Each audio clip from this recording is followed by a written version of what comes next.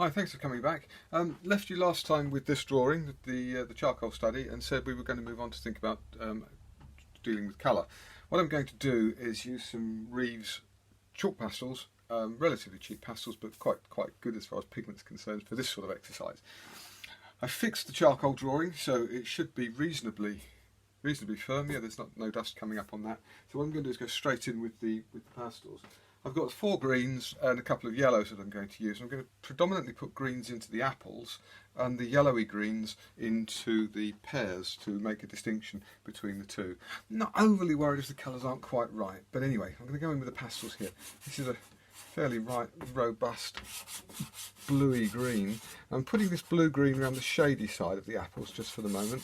Again, if remember we were using contour shading here, so I've just put the greens in. Let's just blend them back and see how we start to get a shape for the apples there. That's started to move those apples on. I'm going to come on with a mid-green, which is a little bit more sympathetic to apple, and come into the middle highlights, the middle ground for the apple there, and blend it back again, and then up here on this one, and then finally, thirdly, I'm going to come in with a pale green. Well, it's probably a little bit on the pale side, but it's going to help me with the highlight side of the apple. Let's move it across there a bit. So what it's already started to do is give me now some sense of what this composition is going to look like if I put greens into the apples.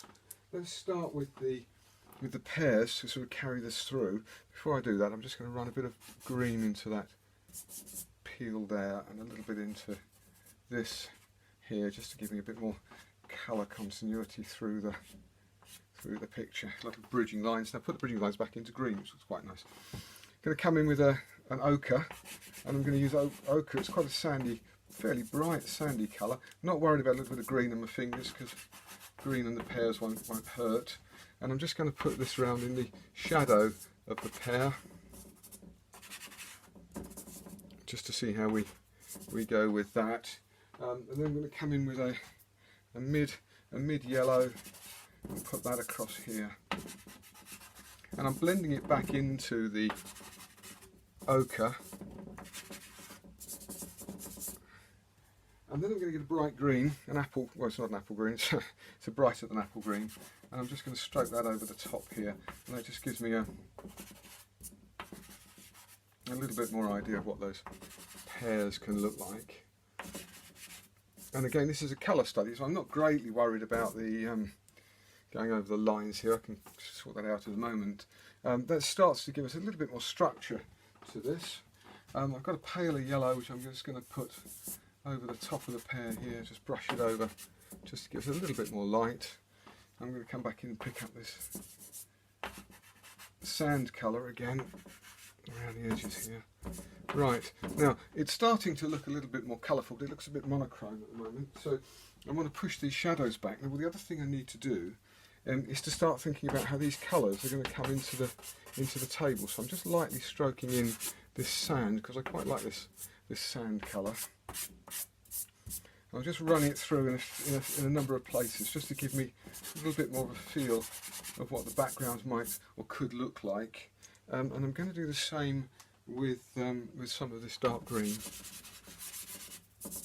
And I'll just build it up a little bit, just to give me a little bit more of a sense of the colour and continuity of colour through the picture, which is something that I quite like to see.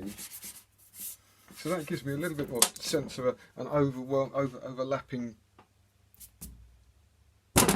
series of colours through the picture, sorry. Also, I've started to knock the colours back a little bit, so you're getting a little bit of meshing of the colours coming through as well. Gives it a little bit more form. But I need to really start to think about the shadows now. So I'm going to use a Windsor blue here, and I'll put the Windsor blue round into the shadow areas, which were black before. And I'm not overly worried about picking up a little bit. I'm going to put a bit into the apples here. And so a little bit of Windsor blue here is going to dictate my shadows a little bit, and I'm going to put some of that back into the background. So I've now introduced some Windsor blue into the background, and a little bit more structure and form onto these apples, a bit more colour in there, and that starts to give us a little bit more feeling for what a painting might actually start to look like if we introduce a colour scheme to it.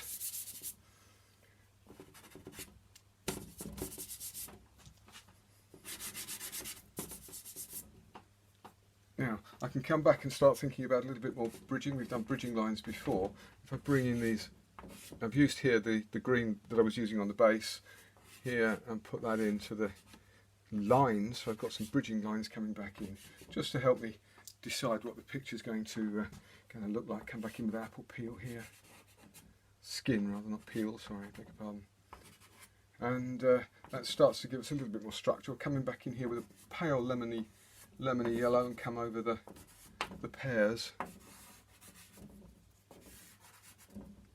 And that starts to give us a bit more feel for the picture overall. Pick up a little bit of the darkness here. The stems, I've used the blue for these rather than the black. It just gives a little bit more continuity to the picture. So what I've now done is start to put together a colour study. Before I actually put a paintbrush on the board, I can now see what the balance of colours starts to look like in my picture. Need a little bit more brightness, I think, a little bit more colour into some of this. Put a bit of yellow across there.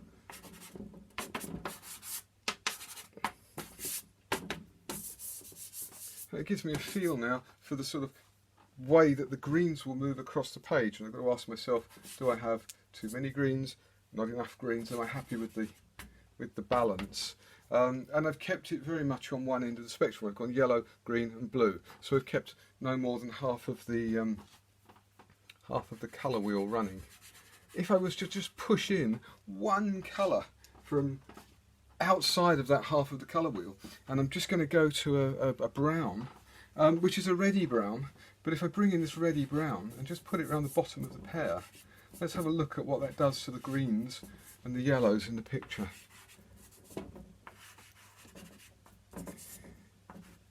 And yeah, you can see that immediately this brown has introduced a whole new spectrum of colour, and it looks quite different to the way that the relationship of the colours was working before. So it's a useful exercise to play around with these pictures and just see what you can get.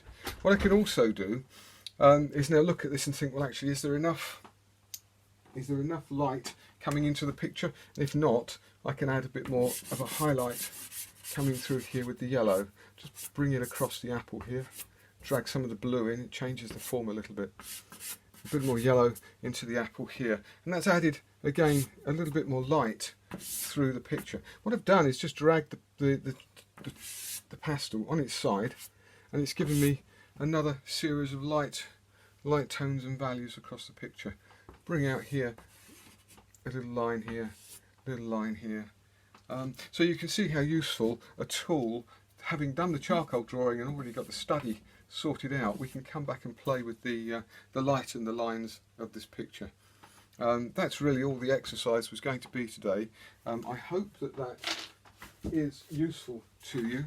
If I stick a frame around it, again this old frame that I've got kicking about, it's got a bit of cardboard here, you can see that it starts to make quite an interesting composition. And it's a great little working method before you actually commit to paint, to actually decide what you want to do with your picture. Thank you very much.